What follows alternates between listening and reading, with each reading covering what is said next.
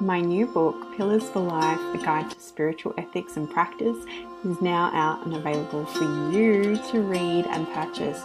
You can check out our website, willowhealing.org, to find a link, or you can find it on Amazon. We look forward to getting your feedback, and if you love it, please leave a review and share with your friends. Now it's time for the show.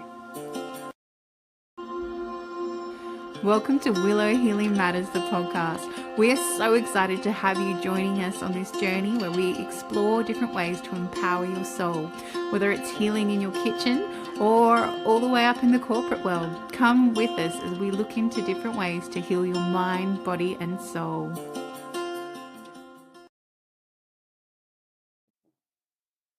Hey everyone, it's Catherine from Willow Healing, and today I am here with Aneta Waclaw. So she has experienced her own journey of breaking free from a toxic relationship.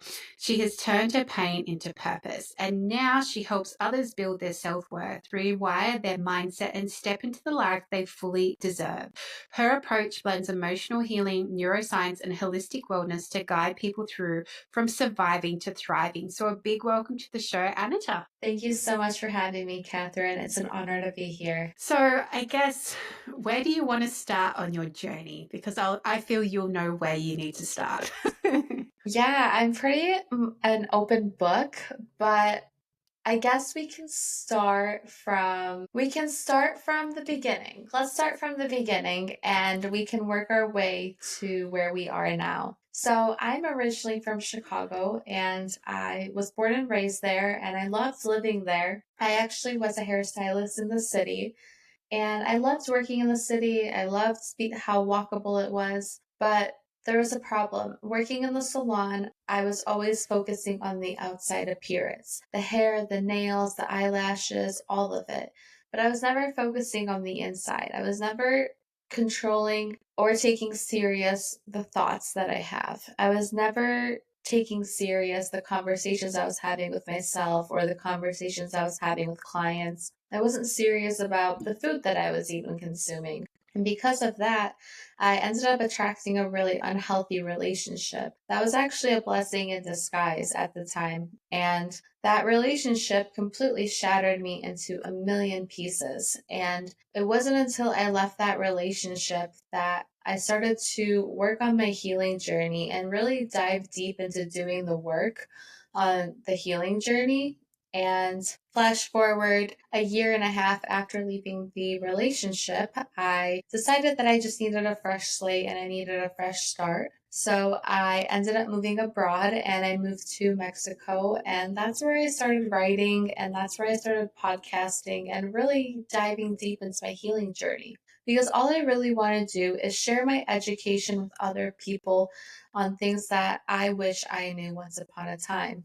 And from there, I've been really creating a community around healing and a community that people can come to so they have a safe space when they're in challenging situations like that as well.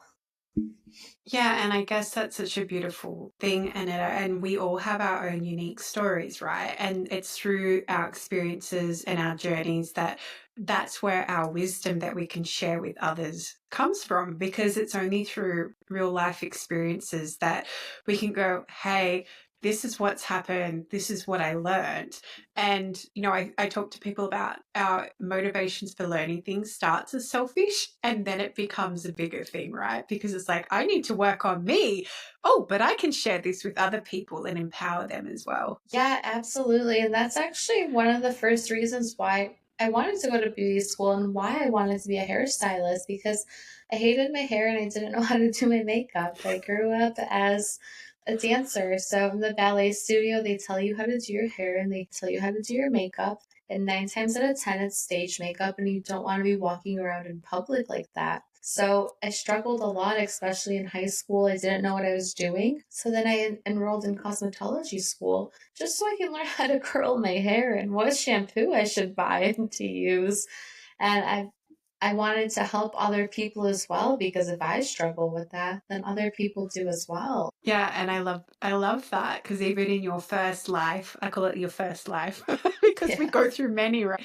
It was again exactly that initial, like, I want to learn this, and then I can do it with other people too. And I feel sometimes that's where our most beautiful offerings come from, and how we work with others is because that innate curiosity you had to learn something for yourself, and then realizing that, oh, maybe there's a bigger reason why I was learning that rather than just for me. Absolutely. And I always encourage people, if you're facing a challenge, take a second and slow down and step back and see, what is this challenge trying to teach me? For example, I hated my hair, so what was that trying to teach me? Because I'm a firm believer that we're all here with a purpose to serve one another in some way, shape, or form. So we all have gifts, we all have talents, and we all have abilities in very unique ways. So, how can we use our gifts and our talents to help other people? Your challenges are not supposed to hurt you, they're not supposed to break you completely. They may break you to a certain point, but you won't be given anything that you can't handle. So they'll break you in order to let go of the old so you can rebuild a better version of yourself. And I really like to preach and teach on that because like I said, you're not going to be given anything you can't handle. So when you face a challenge, say, how can I learn from this and how can I use it to help other people? Yeah, I love that. So, like, with my coach who I've worked with, he calls it compassionate self-inquiry. Like, what is this teaching me? What does it mean?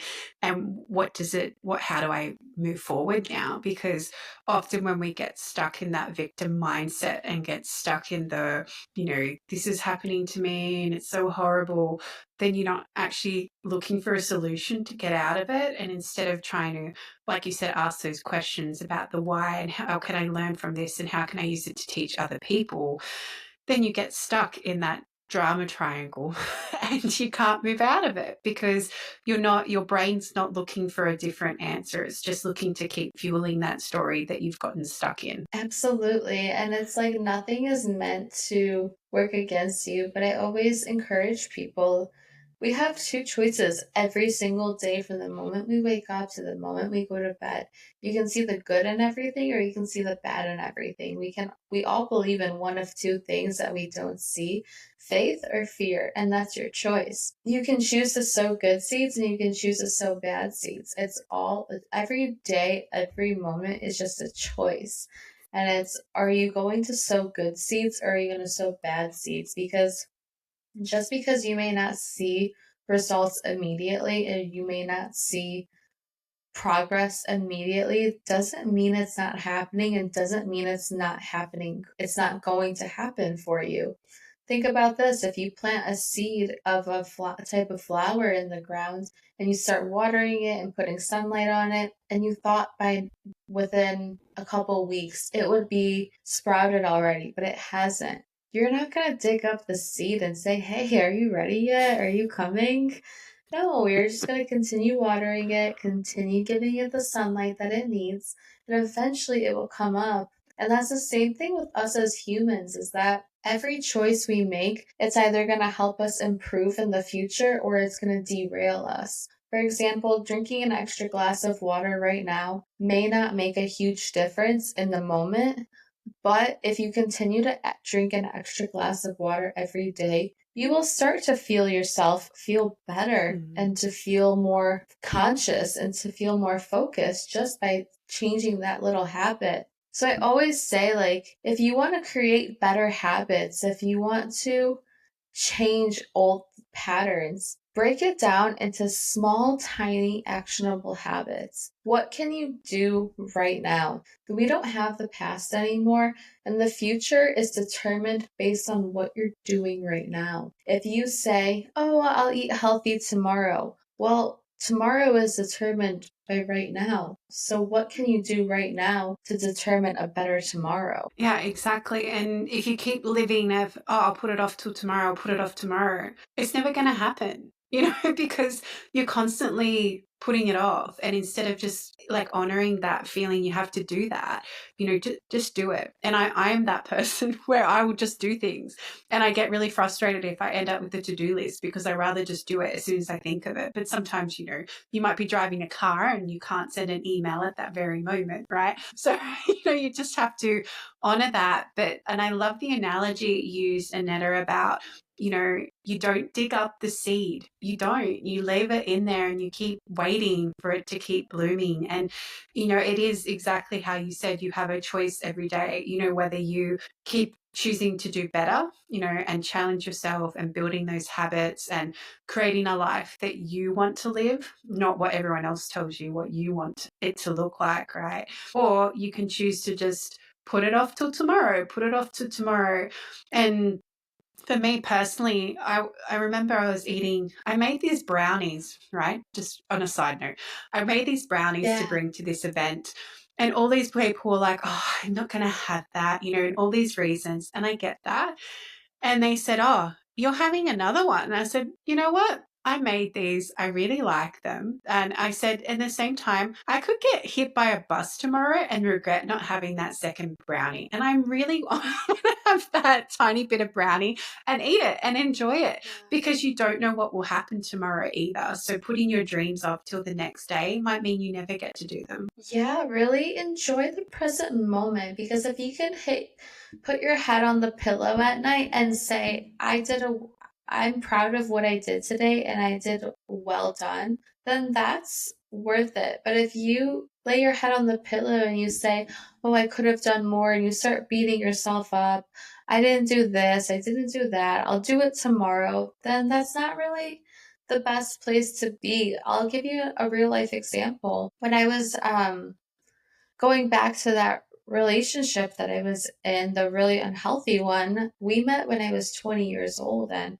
when I was 21, we ended up getting married. And then when I was 23, I was like, this is way too chaotic. I need to get out. So we ended up filing for divorce and going our separate ways. And when I was in that relationship with him, I was relying on getting high and drinking a lot. And then when I left the relationship, I was totally fine. But then I started hanging out with friends who were doing those things again. And I would buy like a pen and I would get high throughout the day. And I would always say, oh, I'll stop smoking tomorrow. Oh, I'll stop smoking tomorrow. Or I'll stop smoking when the pen runs out.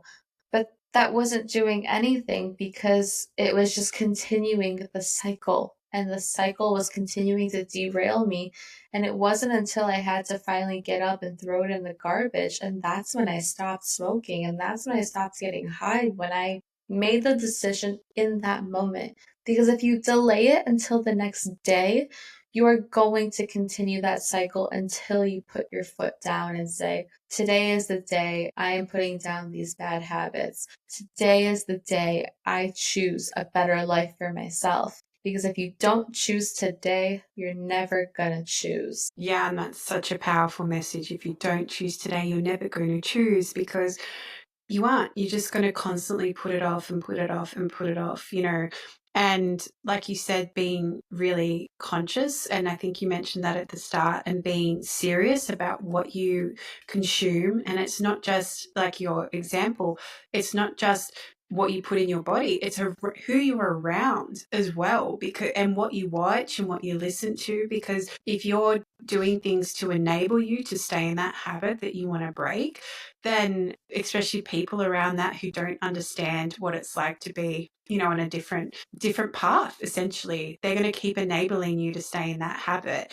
And then usually when you make that conscious choice, for me, I've known this too, but when you make that conscious choice, this is enough, I'm not participating in this anymore, I'm not doing this anymore from right now, like you said, then everything changes, right? Those people don't know who you are anymore, and they'll just naturally fall away because all of a sudden the toxic bonding moment is disappeared. Yeah, absolutely. And it's exactly like what you just said. It's not just smoking, it's not just drinking. There's so many other aspects like social circles, the food you're eating, um, what you're listening to. That is such a big one. I cannot comprehend that. I cannot. say that enough. What you listen to truly does matter. I remember when I would listen to music that had negative messages and negative words and a lot of swearing. I would have really bad actions. I would have bad actions followed by that music. 9 times out of 10, my ex partner and I, we would just end up arguing because I would get into some kind of mood or some kind of mindset because of that music. But then when I would listen to more positive and uplifting music, or even just meditation music with no words, my actions were completely unrecognizable, followed by that music. I remember when I was growing up as a ballet dancer, I would go work out at the gym as well after hours, and most people in the gym would be listening to like hard EDM, screamo music. And then there's me going to lift weights and listening to ballet music because that kept me sane and it helps me have a clarity. It sounds crazy. My personal trainers were like, Aneta, what are you doing? Turn that off. I was like, no, it's great. We're just gonna fly in. We're gonna lift weights. Exactly. And I love that. I just have this image of you then, like doing a ballet pose while it's lifting these weights with this ballet music on and all these guys like with big weights around you. And you're like, I'm doing my own. I'm just being in my own space. Exactly. Like the personal trainer would like come up to me and like tap my phone and see what I'm listening to and be like, "What are you doing?" I'm like, "It keeps me calm, okay? Keeps me sane." And it's funny too, because often, depending on where we are in our mindset and our life, we'll like different songs, right? And then when they come back on your playlist at a later point, you're like, oh, why was I listening to that? And you just take it off. And I guess that's the most beautiful thing now. Whereas, back in the day when I was younger, we'd have CDs and you can't just get rid of the song if you've made like a mix CD. You can skip it, but then you end up skipping the whole thing. Whereas at least now, with playlists and things, you just add a new one to replace it. But and I like to play the game where if I'm feeling not great, I use music to uplift me all the time. But if I'm not feeling great, I'll just put like my Spotify playlist on shuffle through my like music. I'll be like, universe, send me a song to cheer me up. So then yesterday it was You're the Best from Karate Kid, the original one. It's like, you're the best. And Oh. I'm like, yes, I am. That's incredible. I always heard this one country song and it said, don't listen to the radio when you're feeling sad because the radio always knows what to play. But it's like your phone it's crazy, I know, but your phone is always listening to you and it knows what you need to hear in that moment, which is also kind of uplifting as well. Makes it less weird that your phone's listening that much, but at least it's playing the right stuff.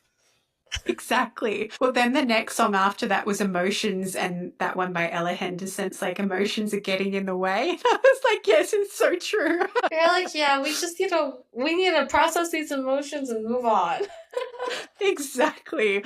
And it's really fun, exactly like you said that. And I remember years and years ago when I was with my ex-husband and I was driving home and had this like really like tough mindset. And then my playlist came up and it was just shuffling through whatever songs I had in my library. And it was all these songs were exactly what was going through my head. And I was like, oh my gosh, it knows me. It knows exactly what's happening. Like it was even like more money, more problems because it was you have more money and then more problems are coming up. So it was really fun and just it is like exactly like you said, but like that right song can lift you up, or if you have all the negative words going in, it can pull you down. And, science has shown this does it's real. The Emoto experiment, I think we all know about that with the water, is like what words you listen to and things like that influences how the water freezes. And we're made of 70% water. And someone told me the other day, and your brain's 90% water. So if you're listening to negative things all the time, it's going to have this negative imprint on your mind and your body. Whereas if you're choosing consciously to listen to ballet music or you're the best or whatever it might be, it's going to uplift you and change you on that cellular level on your body and your mind. Yeah, that's so incredible. I didn't know that stat, but I wholeheartedly believe that. Like, you truly do become what you speak, and you truly do become what you believe. I mean, if you looked at a picture of me 5 years ago, when I was not fully committed to the self love or the healing journey, I look like a completely different person compared to now. It's like I look, I don't know if this is like the right word, but I feel like I look more alive. I just feel Mm. like I felt like a walking Vibrant. zombie back then. Yeah.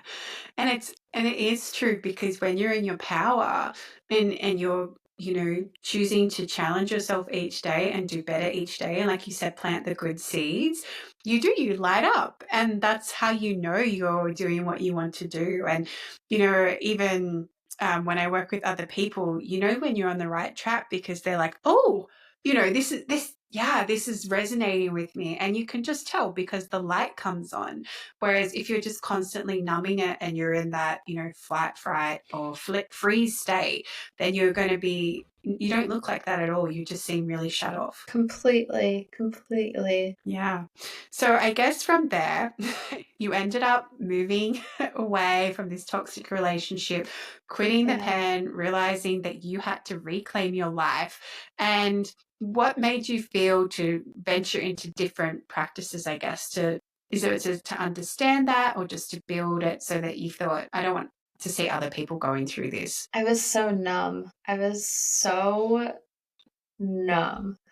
I was bottling in my emotions for the whole 3 years we were together in the relationship. That I remember when we were together, I would cry and there was no tears. There would literally, my face was dry, but I was trying to cry because inside I was screaming for help and I was so numb that I needed to get away from everything.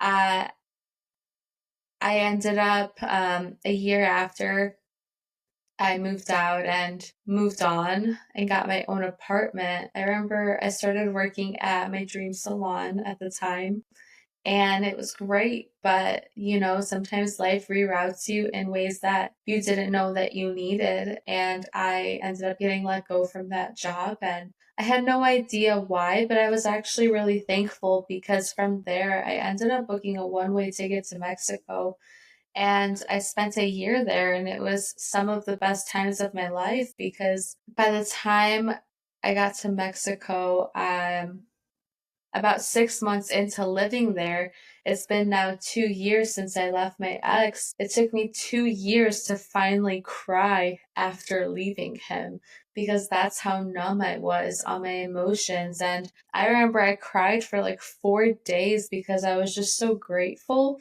but I was also just letting out all the hurt from the past because there's nobody was saying anything to me. Nobody was being mean to me. I was just letting it out, and that's when I knew I really wanted to share my education with others because if I'm bottling up emotions like this from childhood trauma to relationship trauma to job trauma, how many people are doing the same thing and they're just not talking about it?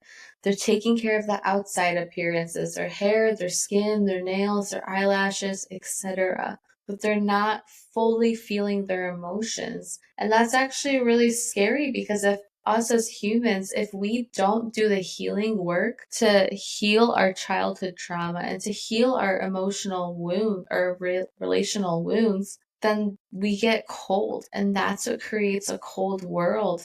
So it's actually a scary place to be if you say, I'm healed, but you're really not. So I really dove deep into that, and I started meditations and I started to be honest with myself. Like, yeah, this is what happened. I accept it, and it's part of my past, but I'm not going to let it define me to who I'm going to be in the future. So, really, just being honest, raw, and vulnerable with yourself to accept that, yeah, you faced some shit times before, but that doesn't define where you're going. 100%. And I guess, there's so many things in our culture that tries to make us believe we are who we are in the past. Like a cheetah never changes its spots or a zebra never changes its stripes. But I've been through personally that many identity shifts over the last 6 months because as you grow as a human, as like you said, you heal the different layers, you get new values, you get new standards for your life because you want to keep elevating where you are. And I always say to people, you're not even who you were 5 minutes ago because you're having a conversation and you know something new. So you can't say, I didn't know that anymore. You've learned something about yourself, and it's your choice whether to step out of that or not. And a lot of us fall into the trap, I know personally, where you look back and you're like, why did I do that? But it's also, once the person said to me, it was, you did the best you knew at the time. It was because at the time you didn't know any different and you just did what you did, but you wouldn't go back and be that person ever again because you can never do that now that you know better. But if you know better and you still choose not to do better, well, then that is definitely on you. And that is when I feel that the numbing comes in and, choosing to close yourself off because it's like a deep part of you knows better, but you're choosing not to listen to it. Absolutely. And I want to go back to what you just said because I really love what you said. It's all you know is all you know. We're not responsible for our childhood trauma, but we are responsible to heal it. It doesn't matter, like, you don't have to have something super traumatic happen to you to have childhood trauma. It could be something as simple as being forced to eat a vegetable as a kid that you just didn't want to eat, and your mom or dad was like, "You're going to eat this vegetable." Well, now you have that trauma around that vegetable, like, "Oh, I was forced to eat this. I didn't like it. I don't want to eat it again." That's a form of trauma as well that most people don't understand. So it doesn't have to be something traumatic or a big experience. It can be as little as that. And you have to learn to let go of that and learn to release it, but first and foremost, to recognize it. Because if you don't recognize it, like if you grow up hating mushrooms and you have no idea why, it's probably because somewhere down the line in the childhood that something happened, like you were forced to eat them or you ate so many of them and you got sick and threw up. That can be a traumatic experience as well. And Yeah. it's our responsibility to heal it. But once you know and you're choosing not to, then that's on you. Exactly, exactly. And it's just such a powerful reminder too, like where we're circling the whole way back of where we started, of asking questions like, why do I believe this? Or why do I act this way? Or, and being curious about your own actions. And being curious is probably, I think, the best gift we can have as humans because the more curious you are, the less judgmental you are too. Absolutely. And I always recommend people ask more questions. I encourage it. I'm somebody who I was deathly afraid of asking a question as a kid. And I mean, deathly afraid. I don't think I've ever said this out loud, but I'm going to. When I was in first grade, I was deathly afraid of asking my teacher if I can go to the restroom. Not once, not twice, maybe three times. I literally peed my pants in the seat and they had to call my mom and tell her to bring me new pants because I was so afraid. And when I would ask my parents questions about why this or how come that, they wouldn't really explain it and they would say like, "Oh, don't ask questions on that," or "We're not going to talk about it." So that created a trauma of me asking questions. I go to the dance studio, my teachers would say, "Aneta, you talk too much. If you have a question, raise your hands." And then I had a question, I raised my hands, and then they made me feel dumb about it. So I didn't want to. And that's also a trap of learning to just numb and to store that trauma in your body. And Mm. it's not until you learn to release it. Yeah, exactly. And then just when you think you get to the root cause of something, then there's another layer. And you have to keep Yeah. peeling and peeling.